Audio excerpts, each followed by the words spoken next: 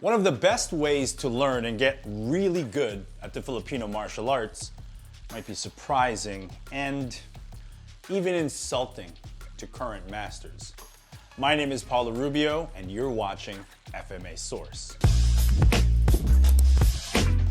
The best way to learn FMA is to do FMA. Simply by picking up some padded sticks and with a trusted training partner, start sparring, you can gain incredible insight into this amazing art. Literally, just start hitting each other, analyzing your performances, and play this tactical cat and mouse game where you're discovering best defenses for best attacks and vice versa.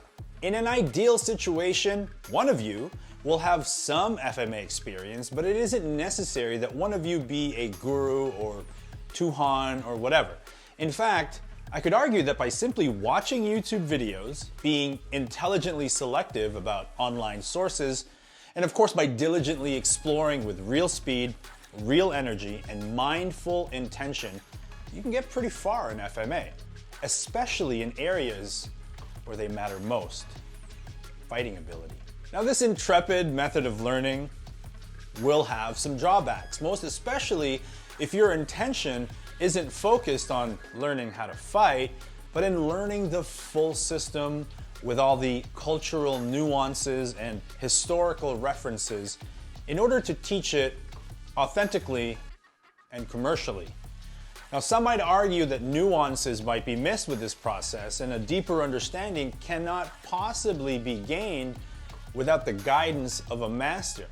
And to this I would argue that masters back in the day became masters by way of experimenting and sparring and fighting with the very same intrepid format that I propose here.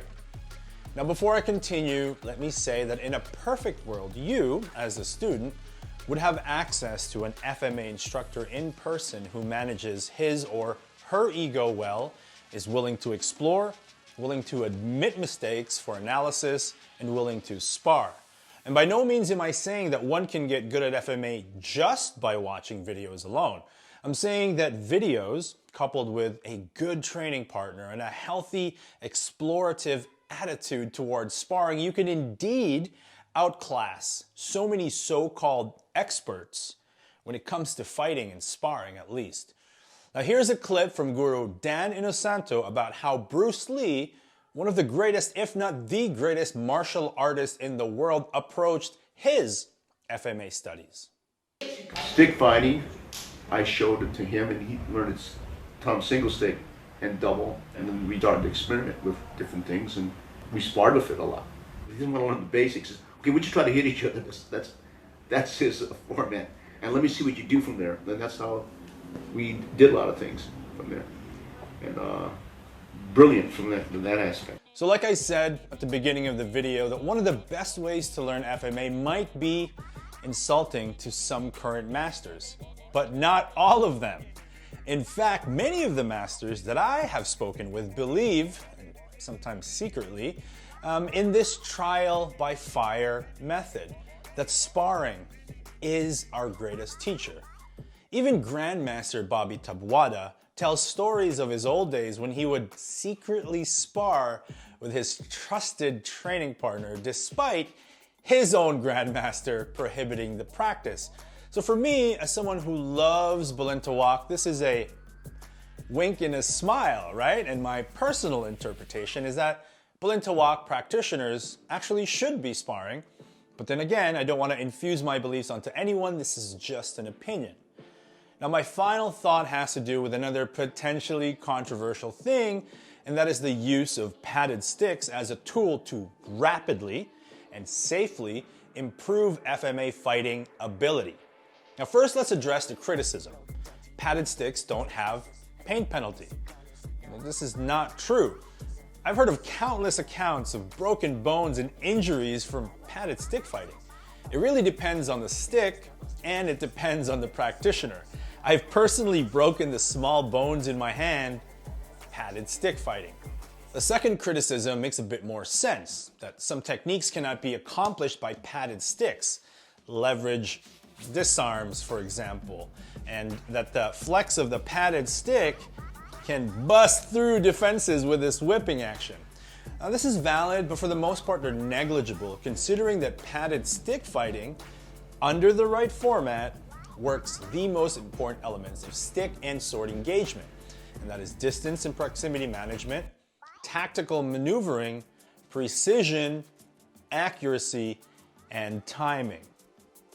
Now, without the use of padded sticks, headgear, and other safety implements, it's arguable that FMA would not have progressed as rapidly as it has. Safety gear made FMA more palatable and more accessible to more people. And the more people examine something over time, progress of that thing increases. Just look at recent innovations in Brazilian Jiu-Jitsu as an example, or automobiles, anything. The more something is examined by more people, the likelihood of innovation and improvement increases. Now, the introduction of safety gear in FMA allowed more people to participate for longer periods of time, allowing for more observation, more exploration, and more improvement. Now, to prove my point, well, here's Guro Dan Inosanto once again. I think he really liked the Filipino martial art, or else we wouldn't have sparred so much. And because of in Hollywood, he'd always make these foam sticks that we could do it. See, there was no protective gear. That was a drawback to the Filipino martial art. The first generation did not have armor. People got hurt. That's why it was never popular. As Kendo, the Japanese are smarter. They had headgear. See, right now the Philippines use headgear. But at that generation, it was a thing of manhood. You're not manly if you put a headgear on. But that's the way it's a drawback. So, in conclusion, the best way to rapidly improve an FMA when it comes to fighting ability is to find a great training partner, explore intelligently, analyze your performances, and gain more and more insight by way of intaking more and more information to consider. Ideally, this insight would come from in-person training, but even that is a limited perspective because it's one master or one system. So if you want to get good at all of FMA, not just within an individual system, take advantage of the wealth of information being shared online. Sign up for an online course. Heck, sign up for a bunch of them. Now visit those masters if you get the chance, and never ever let your ego get in the way of your progress. My name is Paulo Rubio. Thank you guys so much for watching. If you like this video, here are some other videos that I think you might enjoy. This one's really good. You gotta check out this one. This one's a little controversial, but I think you like it too. Go ahead.